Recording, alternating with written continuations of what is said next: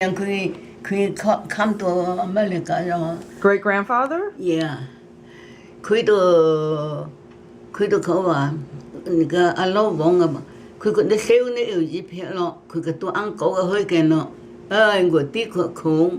愛喝咁個來咯，佢。Mm-hmm.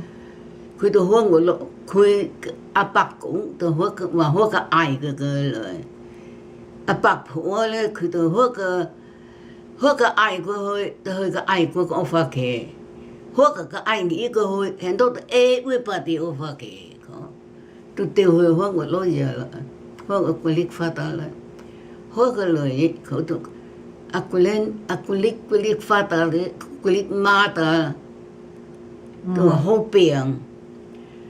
佢就阿媽媽講。In China? Yeah, China 是啊。Great grandfather. Yeah. 我China 是咯。And we have 5 brothers? Yeah. Okay. 佢冇喝個咯，喝個發達去咯。 But how come we come to America for what? 佢個愛，佢個uncle咧，佢個爸個發達，佢個愛個嘅，都阿老妹阿爸咧，都喝，都話喝，佢力發達。 So great grandfather was the oldest? Yeah. Okay. 佢來，佢來，佢就阿力發達，佢就話咩？阿媽你佢你佢屋企邊啊？我叫我會啊，我會你去叫啦，佢就話唔係咯，你會咯，我唔嚟咯，你會咯，你唔好話媽咯，佢但佢力發達來，行嘅時候呢，佢哋阿力發達pass away。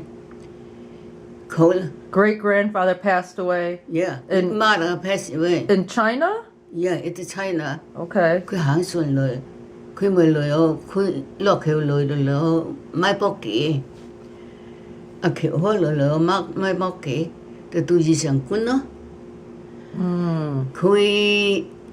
佢到橋就得將佢到乜咯？得將佢到橋挖水啊！ Mm-hmm. 佢話口就得隻橋，口就好咗好咯。佢都念啊，我力發達，佢都念個個水檔咯。佢就做晚上嚟咯。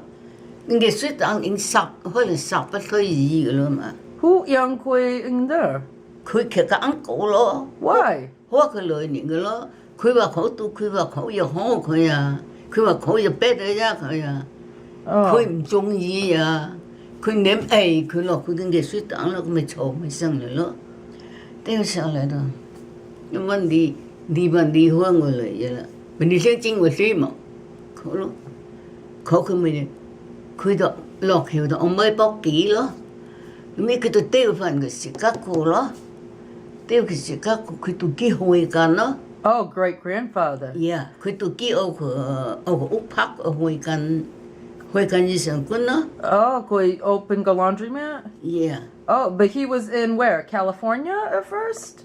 First on my pocket. Milwaukee? Yeah. Where? On my pocket. 佢個床佢個浪嘅雪啊， I know Milwaukee, isn't I? my pocket 個肥咯，幾個啊？係咪 my pocket 啊？my Milwaukee? yeah 係講咯，我講唔認啊嘛。 Oh, okay. So he was up in Milwaukee, up in Wisconsin. Yeah. Oh, okay. 佢佢丟出，丟乜丟乜，佢牙刷刷咁講咯嘛，佢阿橋。你問我唔到那生意，我唔貴你來紅，我只攤紅生都只攤飯，我吃得冇嘢，我一攤錢咪兩攤嘢嘢講，唔貴你來幫我只攤飯咯，好咯。佢咪將將來來咯。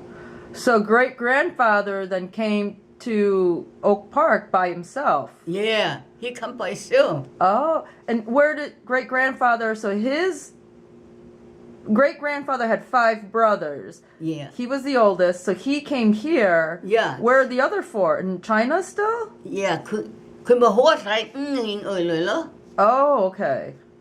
ô mới ra ô thầy xịt khắc của nhá佢你先下我佢先下我啫我只要睇啦佢你先下我啫我下冇咯就乜咯佢我來澳佢連發達都向佢那人這個都冇了嘛我來澳唔得唔去講佢說你死嘛เขาละงงเขาโอเก่งแล้วมาโอเก่งเขาคือไม่กูรีฟ้าตะกัวแพ้สิไว้แล้วแพ้สิไว้就คือไม่คือนั่นมันต้องจังกูหัวคุยหัวเขียดตัวหวงแล้วตัวมดอยู่บนเขียดแล้วเฮ้ยกูนึกว่ามันเนี่ยว่าหมองหัวคนเนี่ยเยอะเขาว่าบนคือนี่เงินโอ้หลวงว่าไปนั่นโลฟันก็หงนั่นโลฟันก็อย่าง nước khác xem mua coi nước khác xem mua ngô hú ngô bia liên nói gì khơi những nơi bây giờ cứ chỉ ngô quay lên phát tao mua cái lo quay em mình buồn thiệt tôi bỏ nó suy chỉ ngô nghĩa nè ngô mà hồ cái nè nè qua nè hồ lỗ phổi giờ khơi hồ lỗ phổi giờ ngô nó ngán giờ khơi lên tới giờ nó ngán hả mà nè cả đôi màu sẫm giờ khơi hiện cái lên tới giờ hoang ngắn em có cái bài nhạc à khổ là từ Wait, so what happened? So great grandfather then came to Oak Park. Yeah. And then Kui Tiong grandfather from China, Huyakoi, to America. Yeah. And then grandfather was how old when he came here? Yeah. How old? Grandfather 15-year-old come here. 15, came to America. Yeah. And then we go back to China when? 18-year-old. 18 to get married? That's when you met him? Yeah, 18-year-old come back to China. 我屋企是姑我都同佢同學。Oh, so you knew him back in China? Yeah. 同佢同學，我幾時那時候那來往佢。Oh, okay. 佢18-year-old 翻嚟，我17-year-old 就 get married. Oh, okay. Yeah. 我 get married 佢咧都，佢翻嚟佢要屋企去食姑呀，唔去請佢屋企呀。Oh, when he went back to China? Yeah, 佢嗰邊 China 要去食姑呀。How long was he in China for? Huh? How long was he in China? 佢18歲翻嚟，21歲咧，佢屋企6年3年嗰咧，佢都翻嚟。So he was 18, 19, 20, 22 years old 咧。22 when he came back to Yeah. America. She come back to America. 我冇同你爹哋屋企咯。Yeah. Okay. 是，我同你爹哋屋企咪。佢就見到眼發，平時唔准我老婆來咯嘛。Yeah. 就到咩阿獎平時就准我老婆來咯嘛。Yeah. 佢就講咪要翻去辦小讀我兩對那兩個同你爹哋來咯。你爹哋15歲就來咯。15? Yeah. Or 15 years old 咯。15 and Niang Okapa have come to America. Yeah. Okay. 好咯。เขาเลยคุยมา咯，佢我就好我呀，興佢4個我食嗰個呀，佢4個咧，係隨便的佢哋發達那麼年呀。Oh, the other brothers? Yeah，佢哋不拉打隨便的麼年呀，佢哋想嚟韓國呀。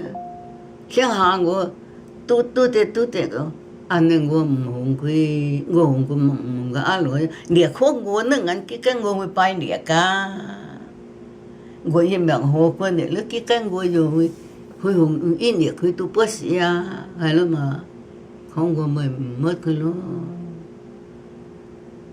khẩu đi tụi mi lên của quên lên phát ta pass với gì khẩu đó ngồi chụp tịch ngồi khẹt cái qua cứ chỉ ngồi hình bồn khẹt ngồi mình soi bồn khẹt nhá ngồi hùng đó lo phản câu gì ngồi hùng đi những người câu gì không ngồi chụp tịch đi từ before đi từ hoa Y-O-U-N-G khẩu nhá ngồi bằng ngồi mình lo nữa ní nhá nó cắt tem people khẩu nhá ngồi coi sao nhá thôi khẩu nhá ngồi xem Y-O-U-N-G. Who put the U in the last name? Y-O-N-G đó. I know, but who gong Y-O-U-N-G? Y-O-U-N-G before to ho Y-O-U-N-G. Olo, ho Y-O-U-N-G. Ngồi rồi tịch lý ngồi coi ngồi hùng nữa, nó cắt tem câu gì không? Oh. Ngồi tôi coi Y-O-N-G. Giang nó ít được chọc chỉ chọc cái olo. Ngồi mà coi sai câu olo. Ngồi mi thui kia cái hậu cái gì đó. But who nai? That they a nai. Stay or Chinatown. Oh, they're all in Chinatown. Ni gong koi or mo gong? No, cứ qua lời bà, tôi tụi mi bằng tôi chính sai, aku phò le, aku phò khen ta lắm mà. Oh. Tôi chính cái lời cái, em nói em mà. Khẩu đây, tôi khơi những cái kiểu à le, cứ bà, đi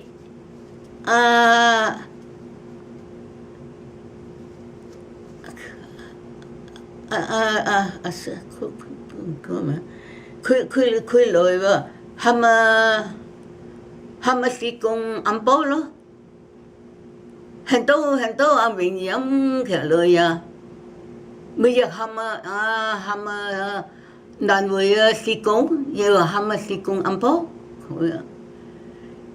我bây giờ我唔使聽呢，我唔使nghe呢，佢一拍。我都記哩，能夠整緊好佢乜口咯，我咪整我條腳，我個半了咯，佢能夠只要佢發起咯，係我整佢來咯，佢可能咧，當我個。佢都專業眼嘅，佢個愛佢巴拉達咧個山，都買三天銀元鎖，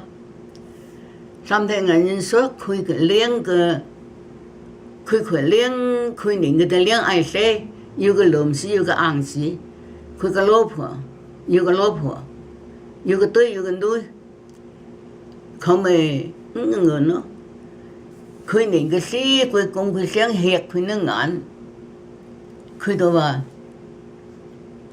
開佢的眼呢，佢三天眼睛所以都一天硬死，一天的老死，一半天佢個老婆佢咯，我唔肯咯，我唔肯佢咯，所以買人說哪個買人說咪一個老婆對女啊？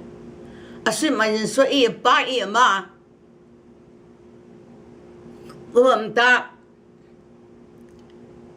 你偏佢做眼呀，我偏眼我的眼嘛，一個人對呀，很多女公平佢呀，佢就佢都旁中的người nữa，係佢啱，佢個理地講得啱。冇人買人說一爸媽係一老婆對女兒佢咯，佢落去人餓了嘛，想肚子了嘛，就唔退用頭個成人了嘛，佢一想肚子了嘛，我冇同佢想咯，我想我一人抗緊佢咯，佢nếu果佢，我講話。你想壓咪能眼一對咯，我冇人買人說一那嘛，一爸媽去買一老婆對女人，壓咪能眼了嘛， ngã mấy nó ngã lưỡi con phèn khổ lắm Mm. nhưng người ô lắm mà nó kỹ này coi mới ra